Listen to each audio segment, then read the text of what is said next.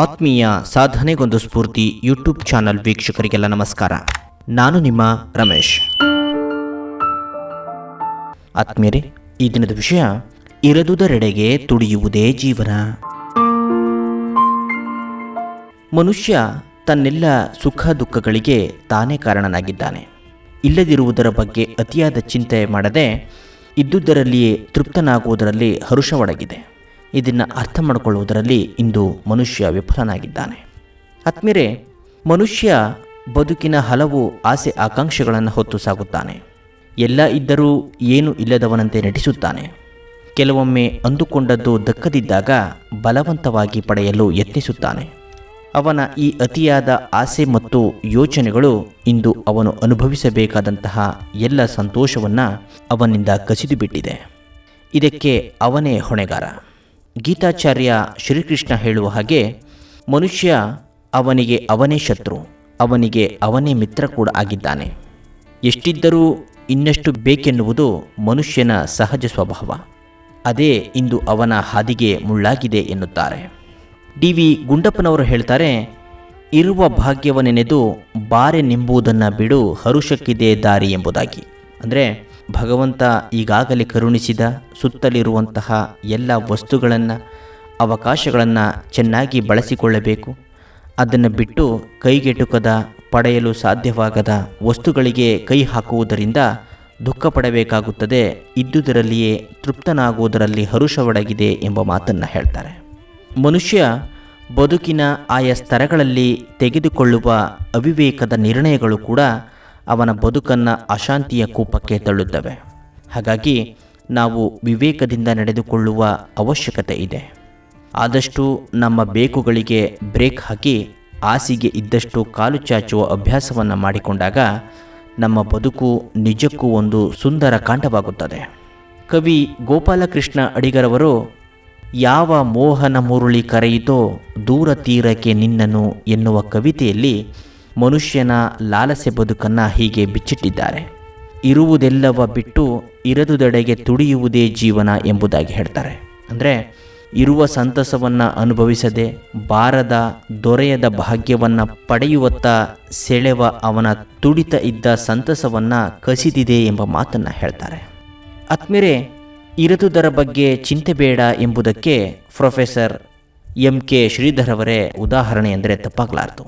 ಇವರು ಕರ್ನಾಟಕದ ಜ್ಞಾನ ಆಯೋಗದ ಅಧ್ಯಕ್ಷರಾಗಿ ಕೆಲಸ ಮಾಡಿದವರು.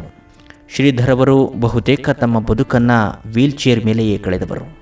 ಅದೊಮ್ಮೆ ಶ್ರೀಧರ್ ಅವರು ಯಾವುದೋ ಕಾರ್ಯಕ್ರಮದ ನಿಮಿತ್ತ ಶಿವಮೊಗ್ಗಕ್ಕೆ ಹೋಗಿದ್ದಾಗ ಸಭೆಯಲ್ಲಿ ಕೆಳುಗನೊಬ್ಬ ಅವರಿಗೆ ಒಂದು ಪ್ರಶ್ನೆಯನ್ನು ಕೇಳ್ತಾನೆ.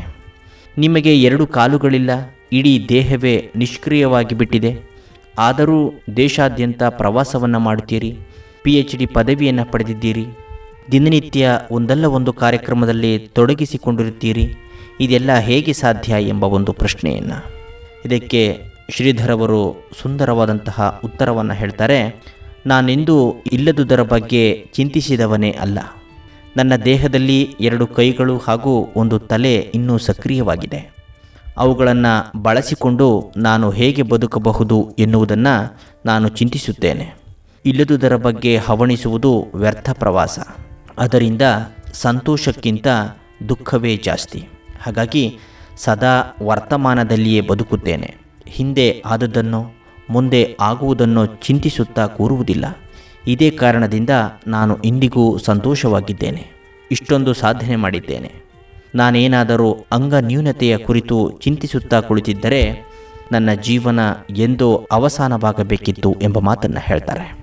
ಆತ್ಮೀಯರೇ, ಇವರ ವಿಚಾರವನ್ನು ಕೇಳಿದಾಗ ಇವರ ಜೀವನ ಎಂತಹ ಅದಮ್ಯ ಜೀವನೋತ್ಸಾಹ ಎಂಬುದನ್ನು ಅರ್ಥ ಮಾಡಿಕೊಳ್ಬೇಕು. ಅವರ ಬದುಕು ಸರ್ವಧರಣೀಯವಾದದ್ದು.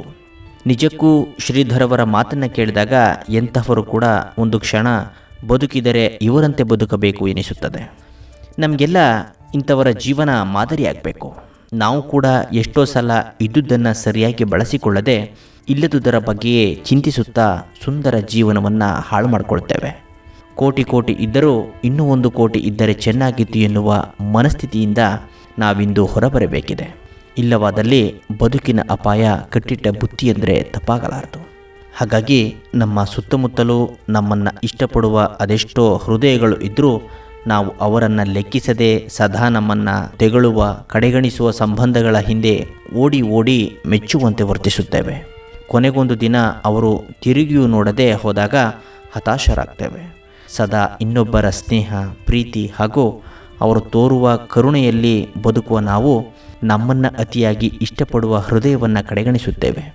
ಅದು ಅಕ್ಕರೆ ಮಮತೆ ತೋರುವ ಅಪ್ಪ, ಅಮ್ಮ, ಅಕ್ಕ, ತಮ್ಮ, ತಂಗಿ ಹಾಗೂ ಗೆಳೆಯರಿರಬಹುದು. ನಮ್ಮನ್ನು ಇಷ್ಟಪಡುವುದೆಂದರೆ ಅದು ನಮಗೆ ಒಲಿದ ಭಾಗ್ಯ. ನಮ್ಮನ್ನು ಇನ್ನೊಬ್ಬರು ಇಷ್ಟಪಡಬೇಕು ಎಂದು ಏನೆಲ್ಲ ನಾಟಕ ಮಾಡಿ ಕಪಟತೆಯಿಂದ ಅವರ ಮನಸ್ಸನ್ನು ಒಲಿಸಿಕೊಂಡು ತೀರಾ ಅಸಹಜ ಬದುಕನ್ನು ಬದುಕುವುದಕ್ಕಿಂತ ನಮ್ಮನ್ನು ಇಷ್ಟಪಡುವವರ ಹೃದಯಗಳೊಂದಿಗೆ ಸಹಜ ಬದುಕು ನಡೆಸುವುದು ಹೆಚ್ಚು ಸೂಕ್ತವೆನಿಸುತ್ತದೆ. ಆಗ ನಮ್ಮ ಬದುಕಿಗೆ ಒಂದು ಅರ್ಥ ಬರುತ್ತದೆ ಎಂಬ ಒಂದು ಅಂಶವನ್ನು ಇಂತಹ ಸಂಚಿಕೆಗಳು ತಿಳಿಸ್ಕೊಡುತ್ತೆ. ಹಾಗಾಗಿ ಮನುಷ್ಯ ಇರುವುದನ್ನು ಬಿಟ್ಟು ಇಲ್ಲದುದರೆಡೆಗೆ ಹೋಗುವುದರ ಬದಲು ಇರುವುದರಲ್ಲಿ ತೃಪ್ತಿ, ಸಂತೋಷ, ನೆಮ್ಮದಿಯನ್ನು ಕಾಣೋಣ.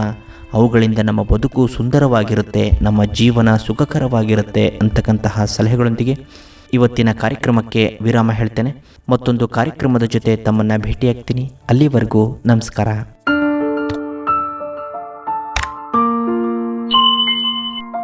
ಸಾಧನೆಗೊಂದು ಸ್ಫೂರ್ತಿ.